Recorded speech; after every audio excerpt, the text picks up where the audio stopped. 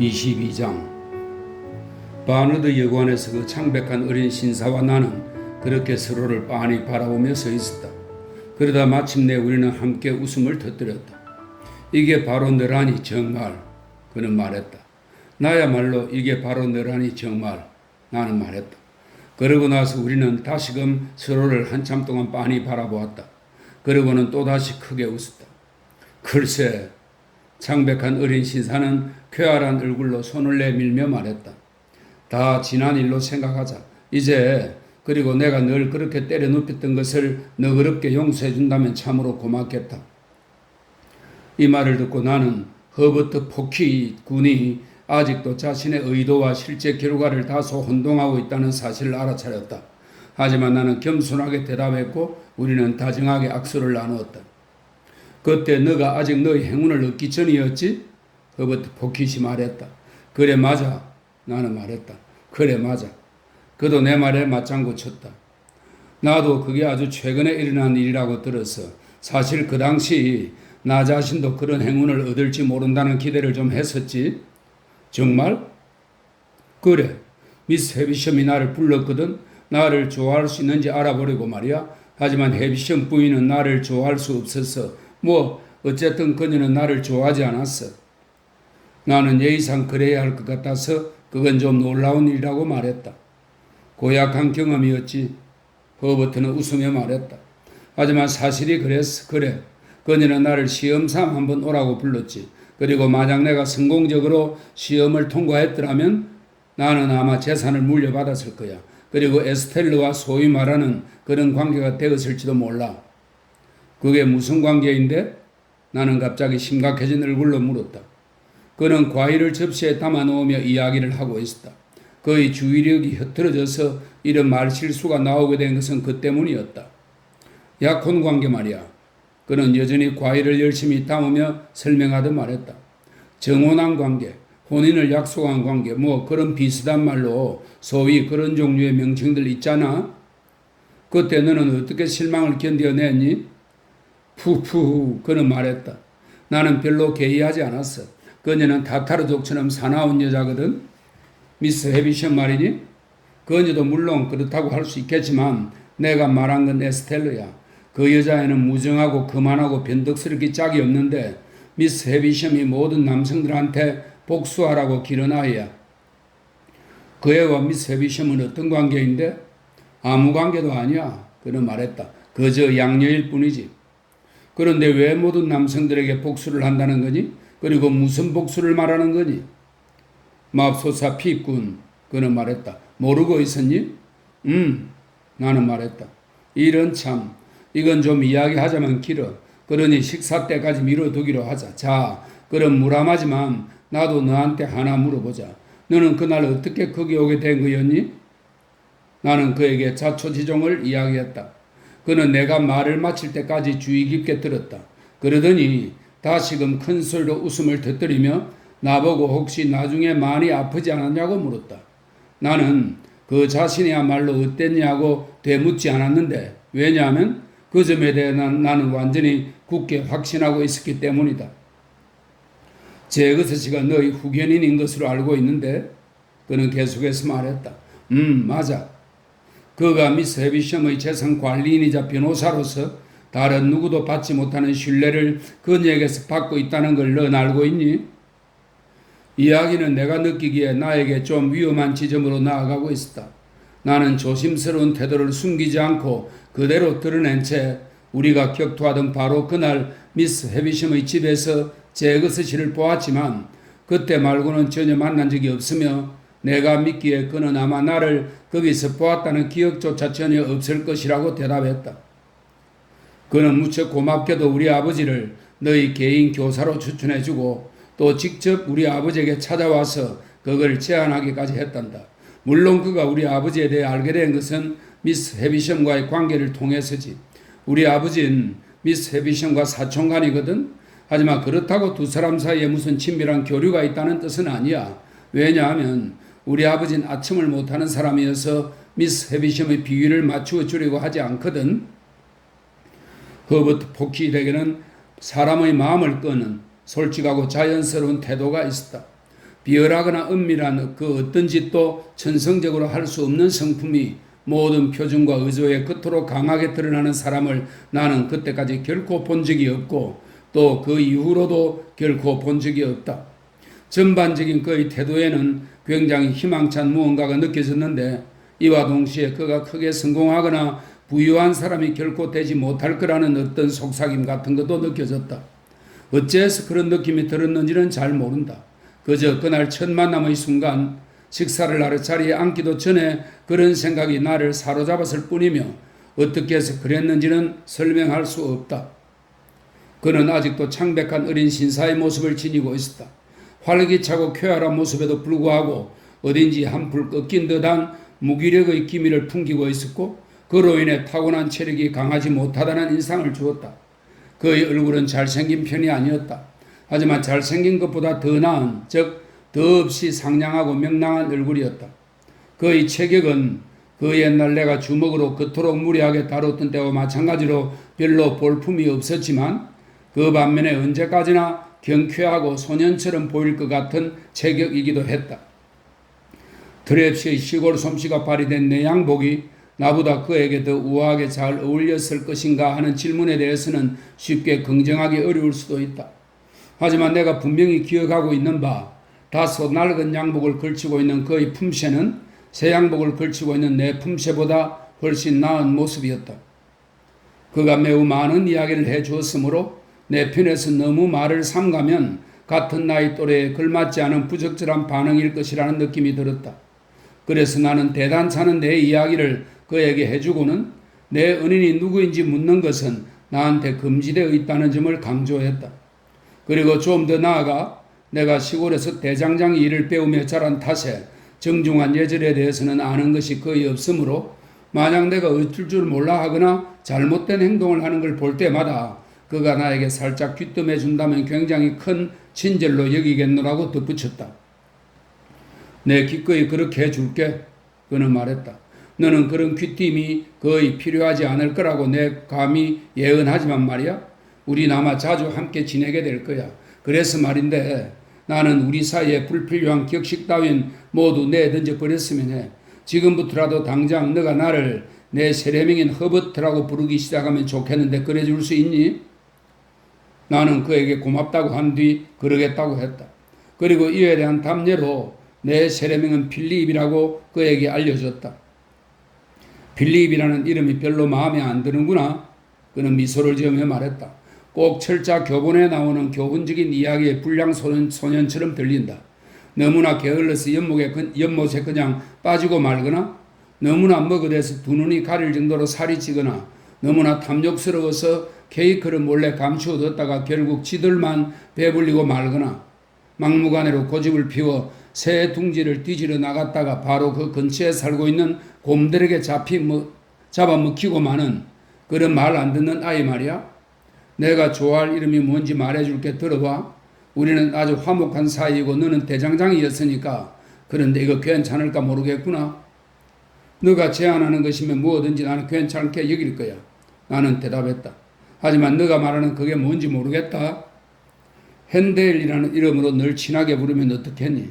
핸델이 작곡한 아름다운 작품으로 바로 화목한 대장장이라는 게 있거든. 아주 썩 마음에 들 것 같은데? 그렇다면 자, 내 친애하는 핸델. 그는 그 실문을 여는 동시에 돌아서며 말했다. 여기 식사가 준비되어 있어. 그리고 너가 식탁의 윗자리에 앉아주기를 청하는 바야. 너희 비용으로 시킨 식사니까 말이야. 나는 이것을 받아들이지 않았다. 그래서 그가 윗자리에 앉았고 나는 그를 마주보고 앉았다. 조촐하고 근사한 옷찬이었다. 그 당시 나에겐 런던 시장의 취임 축하영과도 같아 보였다.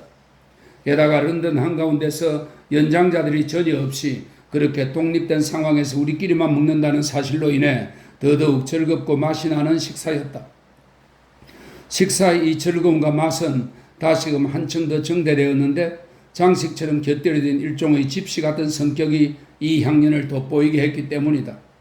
식탁은 펌블축구씨가 말에 섬직한 표현을 쓰자면 그야말로 넘쳐나는 사치의 낙원인 반면 거실의 식탁 주변 지역은 상대적으로 황무지 같고 임시 변통적인 성격을 띠고 있었던 것이다.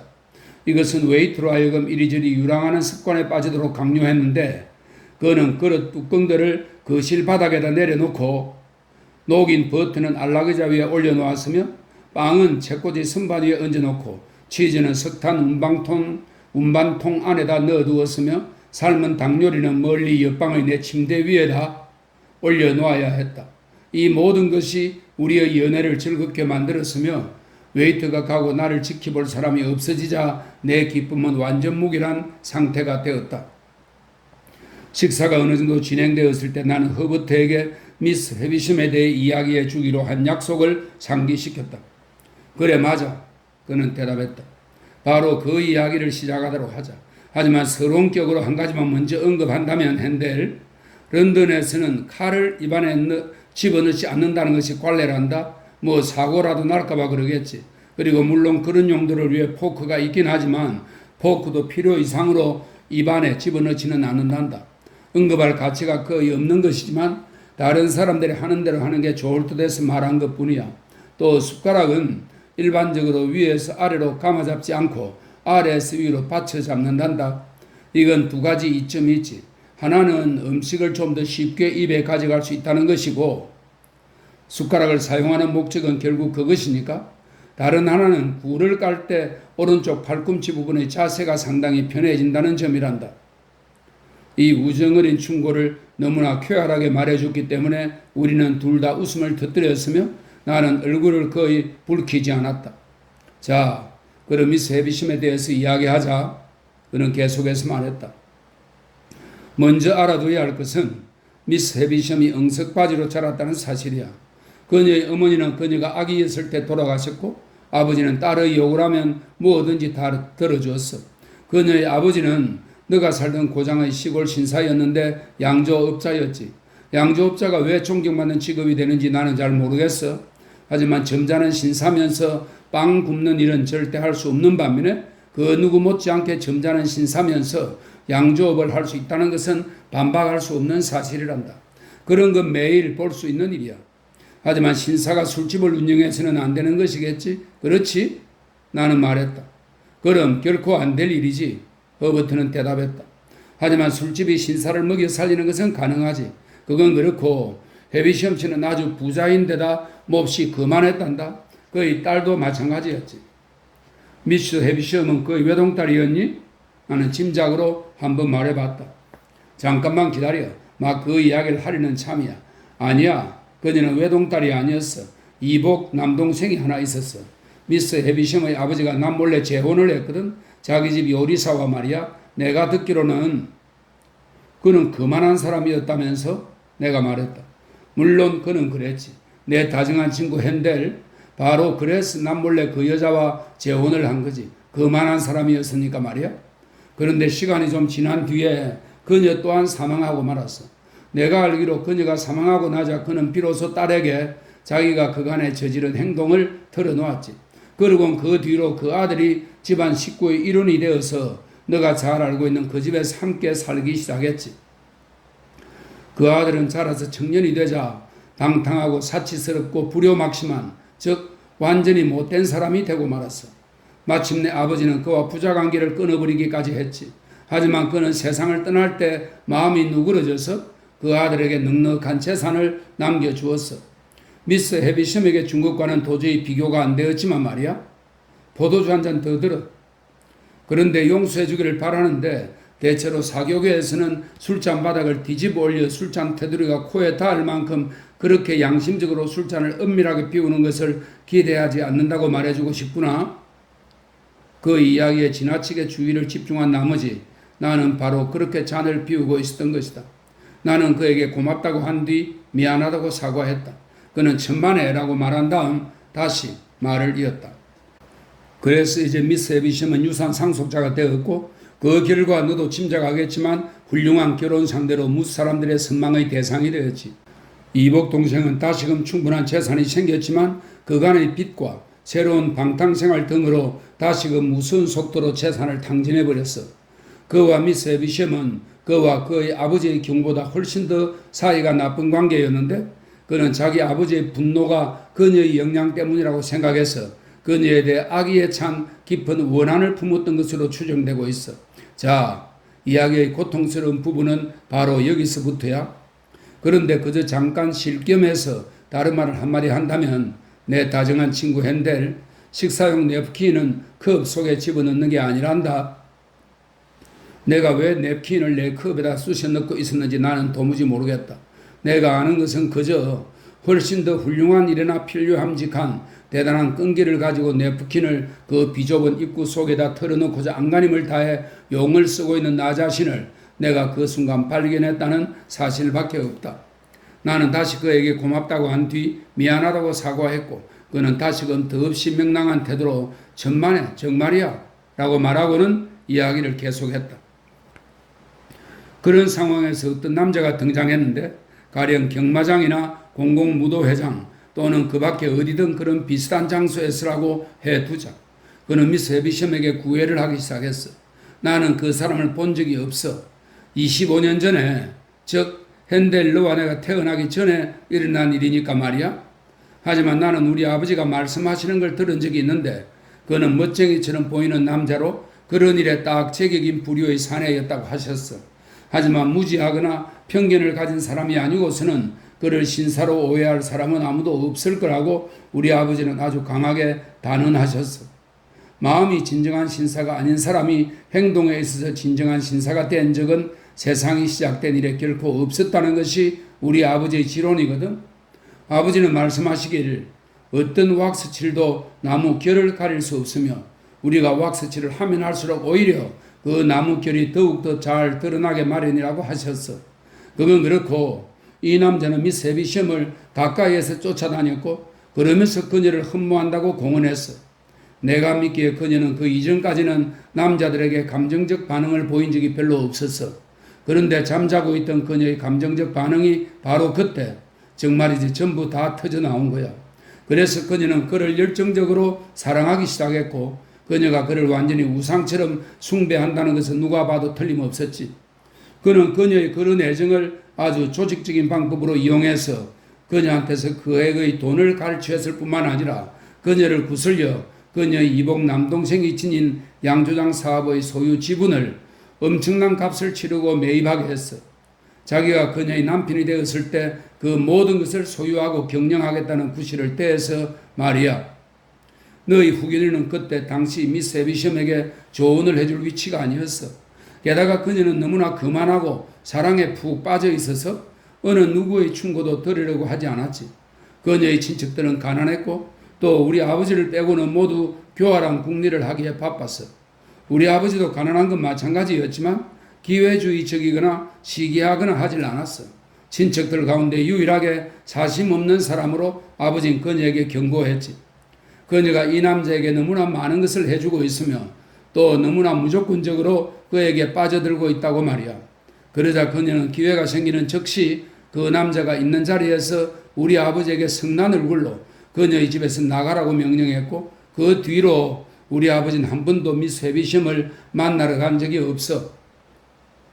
나는 미스 해비섬이 매슈도 마침내 여기 와서 나를 보게 될 거야. 내가 저 식탁 위에 죽어 누우면 말이야. 라고 말하던 것이 생각났다. 그리고 허버트에게 그녀에 대한 그의 아버지의 분노가 그토록 극심한 것이냐고 물어보았다. 그건 아니야. 그는 말했다. 하지만 그녀는 남편감으로 정한 그 남자 앞에서 우리 아버지가 그녀에게 아첨하여 자신의 이익을 얻으려던 기대가 꺾여서 그러는 것이라고 비난을 했어. 그래서 만약 아버지가 이제 와서 그녀에게 찾아간다면 그 비난이 그 자신에게조차 그리고 그녀에게조차 사실로 여겨질 거예요. 자, 다시 그 남자에게로 돌아가 이야기를 끝낸다면 결혼식 날짜가 정해지고 웨딩드레스가 준비되고 신혼여행 계획이 세워지고 결혼식에 올 하객들도 다 초청되었어. 그리고 그날이 왔지. 하지만 신랑이 나타나지 않았어. 그는 그녀에게 편지를 보냈는데 그 편지를 그녀는 결혼식장에 가리고 막 드레스를 입고 있을 때 받았지. 나는 갑자기 기어들어 말했다. 9시 20분 전에 말이야. 맞아. 허버트는 고개를 끄덕이며 말했다. 그리고 그녀는 나중에 집 안의 모든 시계를 바로 그 시각에 맞춰 정지시켜 놓았지. 편지에 뭐라고 쓰여 있었는지에 대해서는 그것이 아주 비정하게 결혼을 깨뜨려 버렸다는 것 밖에 나는 말할 수 없어. 왜냐하면 나도 모르거든. 그 뒤 그녀는 심하게 알아 누웠다가 회복했는데 그 후로 집 전체를 너가 보았듯이 황폐하게 내버려 두었지. 그리고 그 이래로 햇빛을 한 번도 본 적이 없단다. 그게 이야기의 전부니? 허버트 이야기에 대해 잠시 생각해 본 뒤에 나는 물었다. 그게 내가 아는 전부야. 사실 그만큼도 나 스스로 조각조각 짜 맞추어서 겨우 알고 있을 뿐이야. 우리 아버지는 그것에 대한 이야기를 언제나 피하셨지. 미스 해비심이 나를 그리로 오라고 불렀을 때조차도 아버지는 내가 절대적으로 알고 있어야 할 것 외에는 아무것도 말씀해 주지 않으셨어. 한 가지 잊은 게 있구나. 그녀에게 잘못된 믿음을 주었던 그 남자는 처음부터 끝까지 그녀의 이복 동생과 짜고 행동했던 것으로, 즉 두 사람이 공모하여 일을 꾸몄고 그래서 나중에 둘이 이익을 나누어 가진 것으로 추측되고 있어. 그가 왜 미스 해비슨과 결혼해서 모든 재산을 독차지하지 않았는지 의아하구나? 나는 말했다.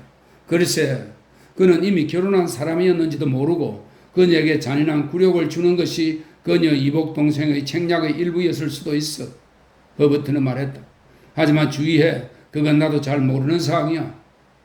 그 두 사람은 어떻게 되었니?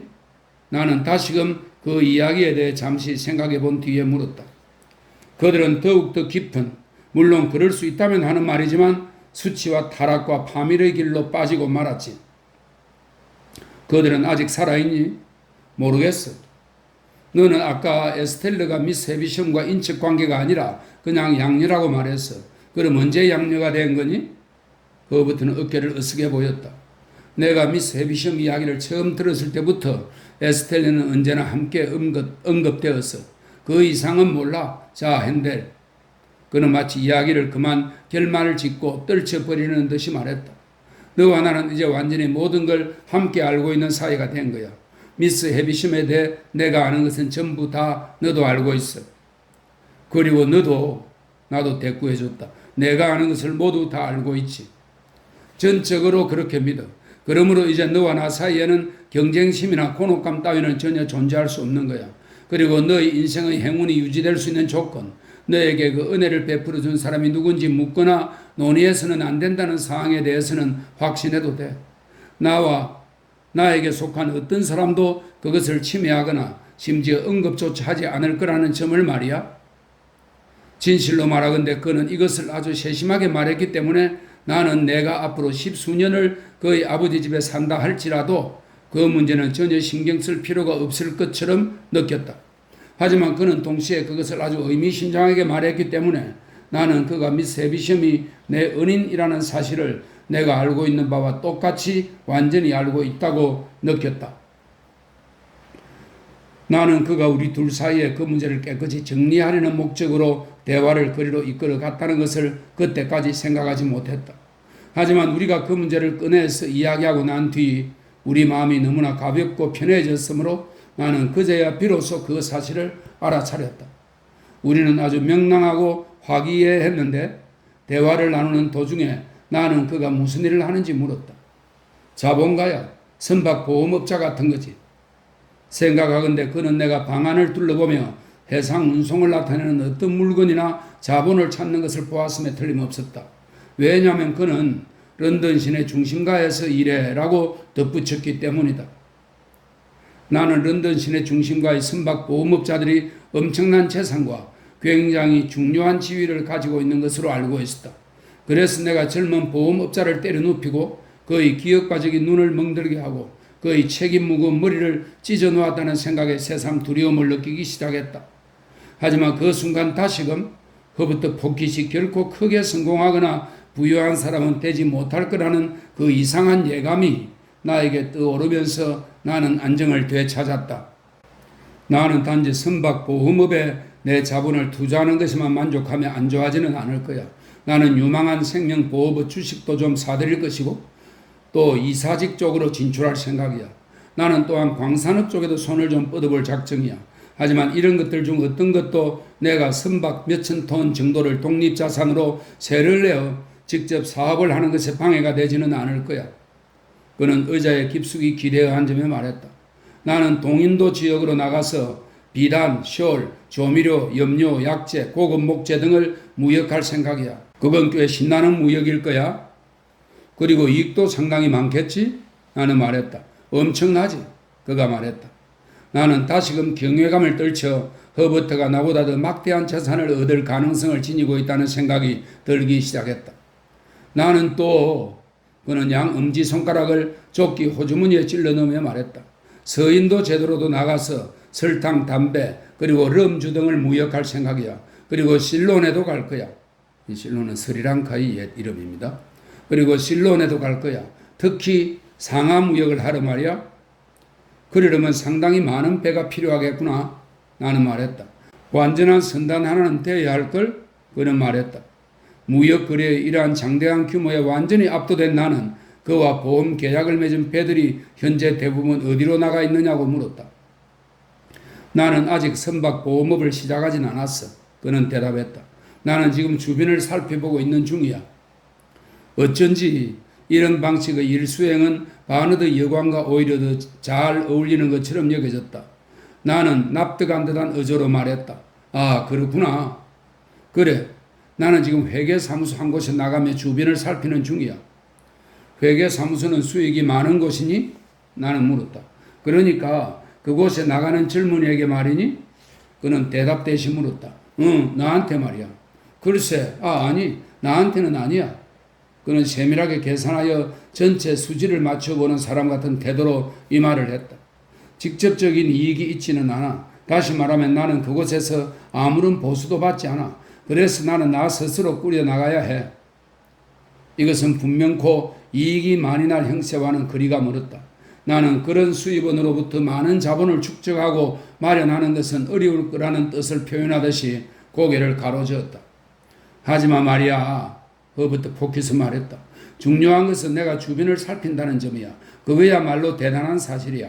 그러니까 회계사무소에 나가고 그래서 주변을 살필 수 있다는 것, 바로 그게 중요한 거야.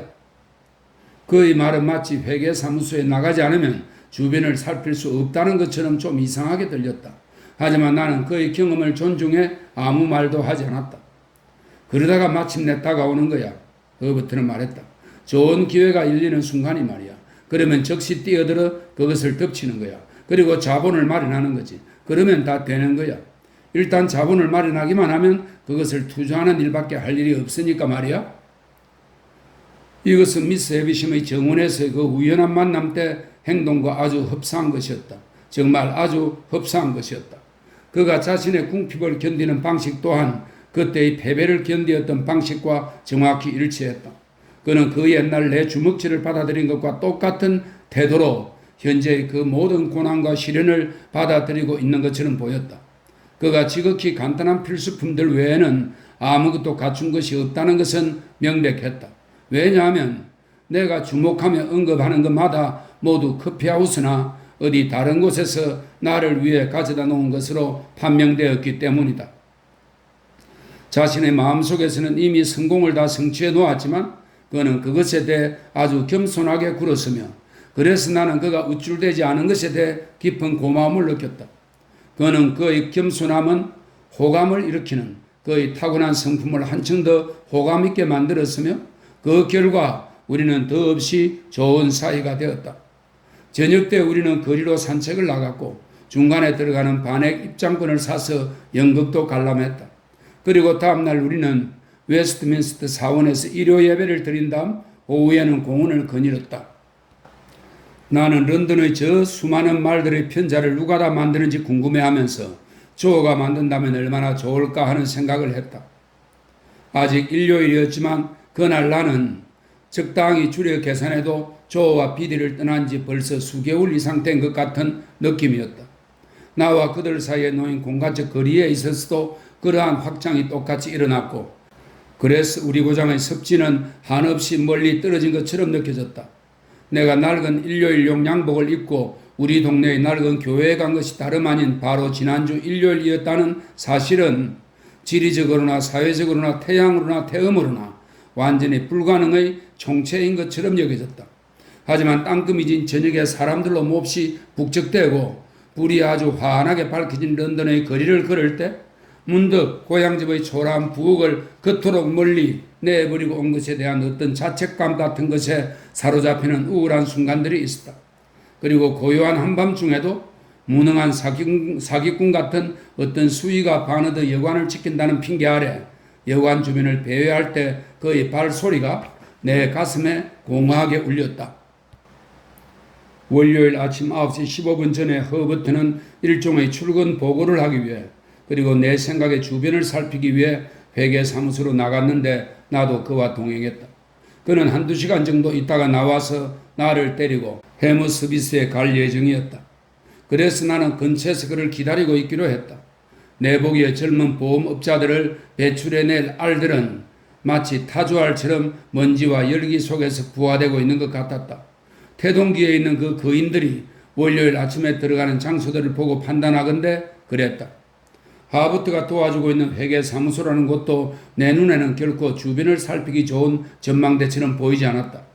3층 뒤편의 앞마당 쪽 사무실로 모든 점에서 때묻고 더러운 상태인데다 또 다른 쪽 3층 뒤편을 들여다보고 있어서 밖을 내다보며 살피는 것과는 거리가 멀었기 때문이다. 나는 정오가 될 때까지 주변을 거닐며 기다렸다. 나는 런던 거래소에 들어가 봤는데 거기에서 덥수룩한 사람들이 선박 보험에 관한 광고 벽지 아래 앉아있는 것을 보았다. 나는 그들이 이름 있는 대상인들인가 보다 하고 생각했지만 이해할 수 없게도 그들은 모두 침울한 얼굴을 하고 있었다. 허버트가 나왔을 때 우리는 유명한 식당에 가서 점심을 먹었다. 그곳은 그 당시 나에게는 아주 훌륭하게 보였지만 지금 와서 믿기로는 유럽에서 가장 형편없이 잘못 알려진 곳으로 그 당시조차도 고기 접이 스테이크 위보다 식탁보와 칼과 웨이터의 옷에 더 많이 묻어 있는 것을 알아차리지 않을 수 없었다. 이 식사를 적당한 가격에 해치우고 난 뒤 우리는 바너드 여관으로 돌아가서 내 작은 여행 가방을 가지고 나왔다.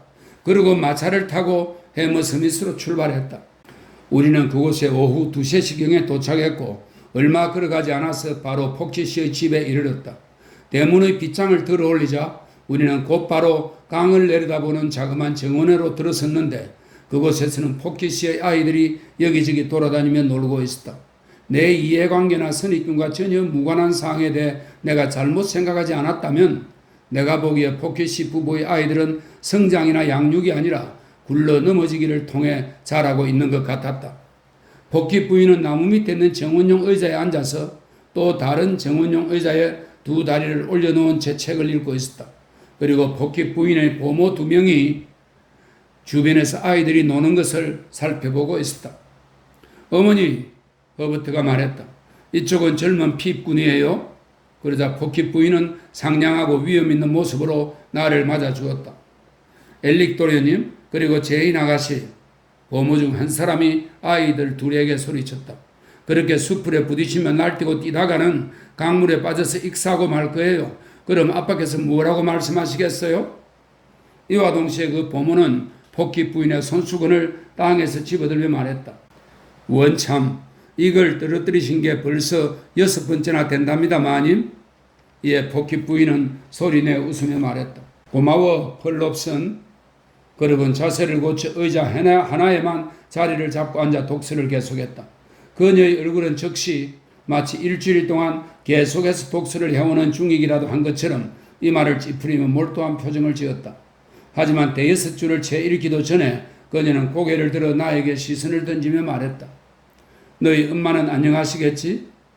예상치 못한 이 질문에 나는 너무나 당황한 나머지 그야말로 터무니없는 방식으로 대답하기 시작했는데 만약 그런 분이 내게 있다면 틀림없이 아주 안녕히 잘 지내고 있을 것이고 이렇게 안부를 물어준 데 대해 굉장히 감사할 것이며 부인께 안부 인사를 전해달라고 했을 것으로 믿는다고 말했다.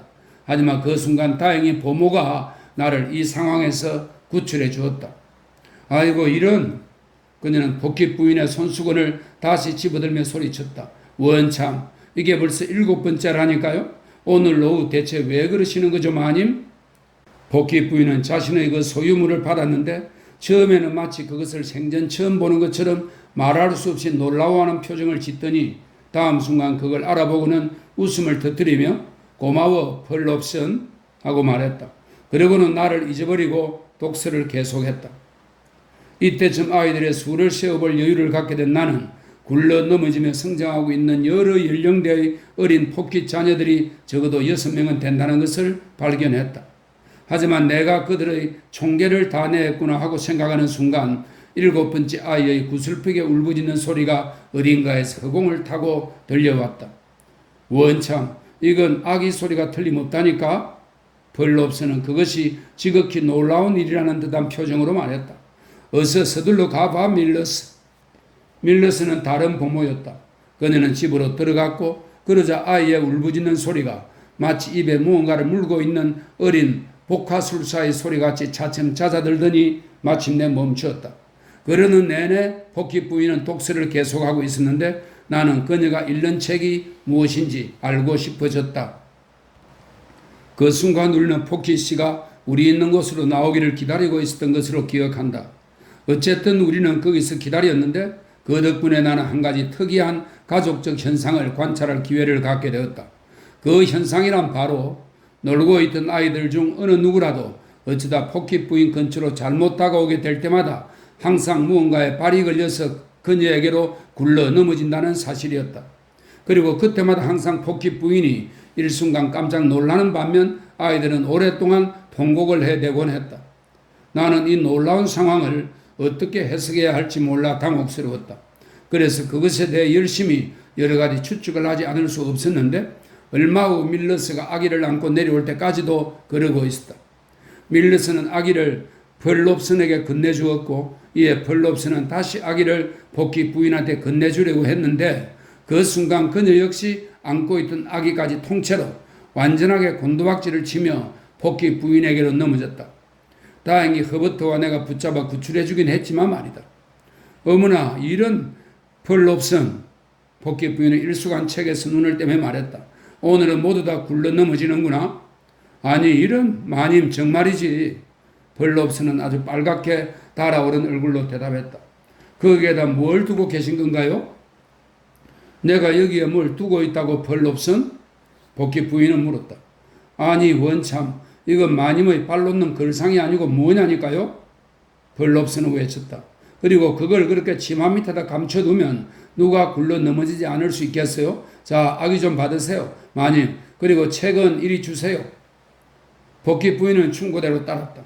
그러곤 다른 아이들이 아기 주위에서 노는 동안 아기를 무릎에 올려놓고 서투른 솜씨로 약간 얼러주었다. 이것은 아주 짧은 시간밖에 지속되지 않았는데 포키 부인이 곧 아이들은 모두 들어가서 낮잠을 잘 시간이라고 명령을 짤막하게 내렸기 때문이다. 이래하여 나는 첫 방문인 그날의 두 번째 발견을 했는데 그것은 어린 포키 자녀들의 양육이 굴러 넘어지기와 들어눕기를 번갈아 하는 것으로 이루어져 있다는 사실이었다. 이런 상황에서 폴롭슨과 밀러스가 아이들을 어린 양떼처럼 몰고 집으로 들어가고 포키 씨가 집에서 나와서 나와 인사를 나누었을 때 나는 포키 씨가 다소 당혹스러운 표정의 얼굴에 머리에는 아주 허연 머리카락이 헝클어져 있는 신사인 것을 보고 그다지 놀라지 않았다. 그는 마치 상황을 바로잡을 방도를 도무지 찾지 못하는 사람 같은 모습이었다.